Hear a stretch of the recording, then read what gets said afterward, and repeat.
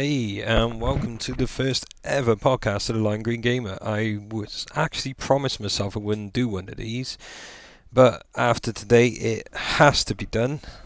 I spent the entire day in Bristol actually hands-on on none other than the Nintendo 3DS, which I have to start off saying it is bloody amazing. The hype does not do it justice. I can understand from the advertisement point of view is why they're making a big emphasis that no direct imagery of the screen is allowed, mainly because by doing that they're kind of concreting the image into the consumer's mind. But it's one of these things you really need to get your hands on. I mean, the 3DS event actually held in Bristol was also being held in London and Glasgow, I believe. I had the allocated time of 1:30. However, amusingly, due to a match on with Bristol itself, a lot of the attendants hadn't turned up, and I have to say it's their loss. So, I mean, starting off then, beginning, I mean, there was a really nice introduction. Basically, you start off walking through a museum of all of Nintendo's historic handhelds, amusingly. The Virtual Boy is not present in these. It's quite ironic in a strange sort of way. And yeah, I mean, they had a prototype as well of a holographic projecting system. Probably pushing the whole 3D thing a bit extreme, as I don't think it had any relevance to the actual product, but it was nice to see Nintendo to go full out for this actual event. There was it was quite hard to explain. I mean, starting off, there was a interactive floor which was based on the concept of Street Pass, where as each participant walked over towards the next section, it actually in real time followed their footsteps and linked them to each other as like an emphasis on the ability for the 3DS to transfer information dynamically. I mean, it pays off quite well, and it worked quite well. It's quite colourful, and hopefully I will be getting a video up to this podcast of the imagery. If I already got the video up, well, this sentence was absolutely pointless, but there we go. I have a ton of notes I'm going to have to go through. I mean, this is just a straight-up quick podcast, because I think after looking at my notes and how I feel, I might have to do a really nice edited photo an actual decent edited video rather than this real-time drivel. I mean, at the moment I am kind of getting the concept out there and getting you lot, hopefully the viewers, aware that if you have any specific questions, leave them in the comment section below and I will answer them to the fullest. Right, yeah, I mean, after Interactive Floor, we were introduced to what amusingly was a fully recreated Street Fighter 4 level, complete with his own lookalike Ken and Ryu. I'm not a Street Fighter fan, and I have to say the acting was probably more so to my liking, as it felt like a slap fight. The music is always good as usual, but seemed kind of pointless to the actual event itself. There was a lot of pre-placement trying to get you prepared in anticipation, where it more so, from my point of view, looking back on it, it's more of screaming, holy crap, we have third-party support this time, and they're not party games. There was a lot of Capcom advertisement in place as well. I'm surprised there was no representatives there at this time. I mean, from the Street Fighter, I've got a nice photo, hopefully being displayed now as well. We moved on to a Resident Evil recreation. Strangely, you had Chris, even though the actual environment was Resident Evil 4. That was enough to blow my mind. I think it was 5 at a time where we had to follow the instructions of Chris Redfield as he yelled quite violently at you to follow his movements, otherwise you will die. I think at one point a zombie actually tried undoing my shoelace. I have no idea why. I had this urge to lob my bag, but as the bag is my icon and my love and joy, I kind of proceeded to throw the participant behind me instead. It seemed like a fair sacrifice.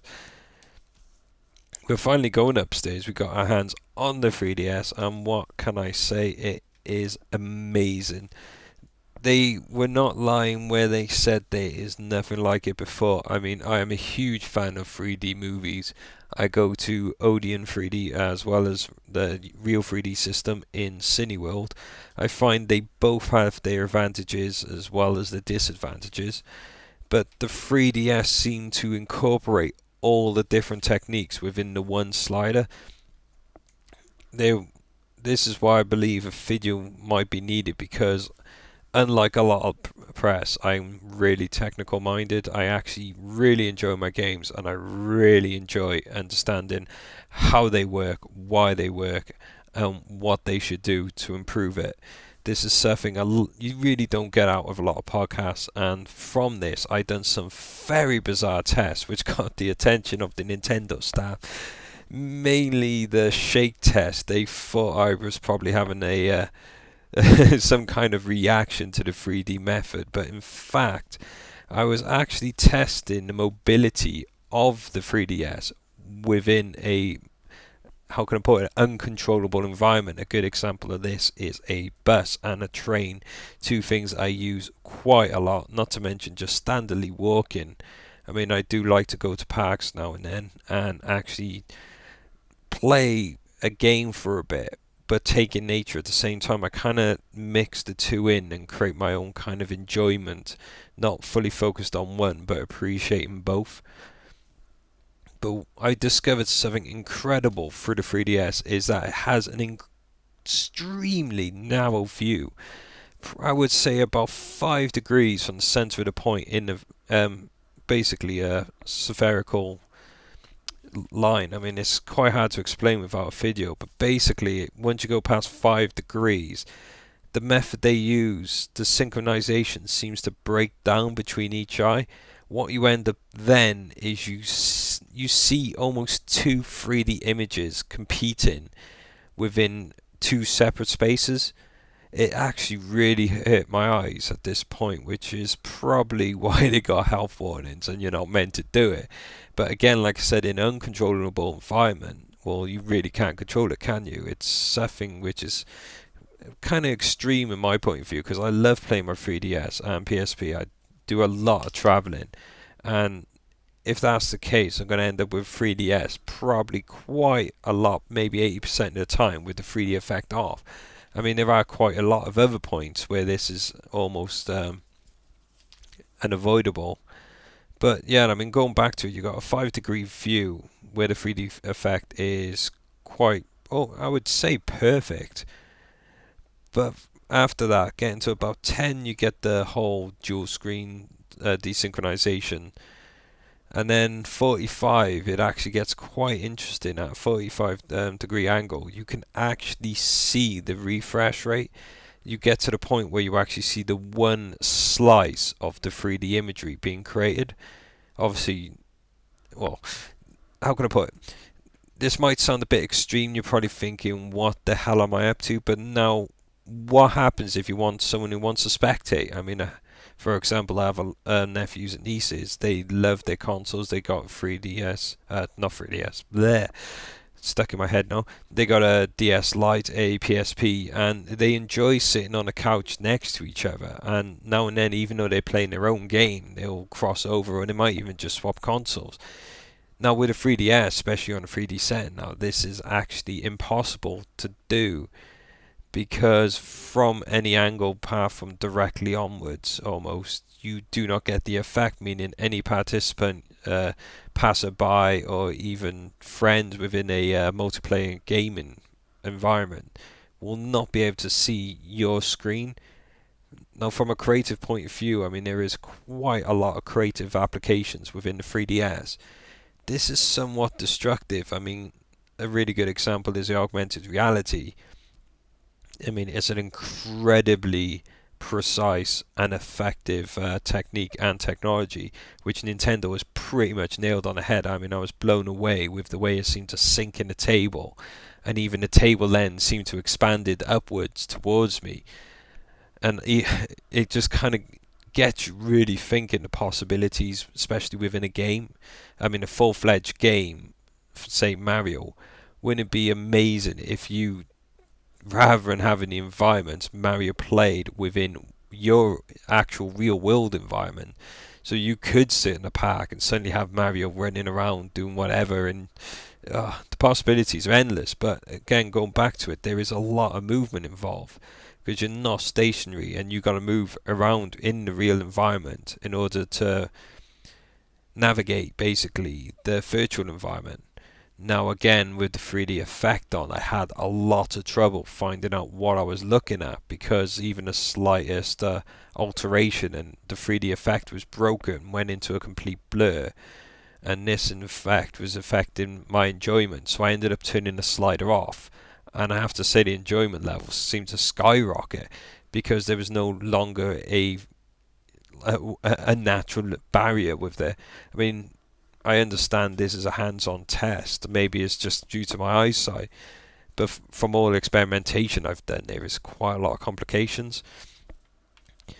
But yeah, I mean, like, trying to keep this short and sweet, I've already hit a whopping 11 minutes and 30 odd seconds of pure rambling when I was only meant to do 5. I will be doing a fully fledged video with all explanations, hopefully the photos I got to take. Yes, I was allowed to take photos, which is quite incredible. There's a funnier story to that. I mean, it came to one point where I asked for permission to take the photos, and then suddenly I am the one having photos taken off because of what I was wearing there. True to my name of TheLimeGreenGamer, I basically had my lime green pack. I had a 1-up green mushroom shirt, which I'm pretty sure any Mario fan should be aware of that. And then I also had a 1-up mushroom hat. I mean, I have to, in all honesty, I'm not geeky enough to wear the hat when I first went in, but due to one of the official Nintendo Press photographers requesting a photo of me due to my shirt, it then evolved to the point that I thought, to hell with it, let's take it one step further. Got my hat out, and he went mental. I ended up having photos taken by press, not to mention Nintendo exclusive photographer, and I managed to get even more hands-on the 3DS because of that. So yeah, I mean, any questions, please leave them in the comments below, and I will be getting the video up as hopefully no later than tomorrow. So have fun and good night.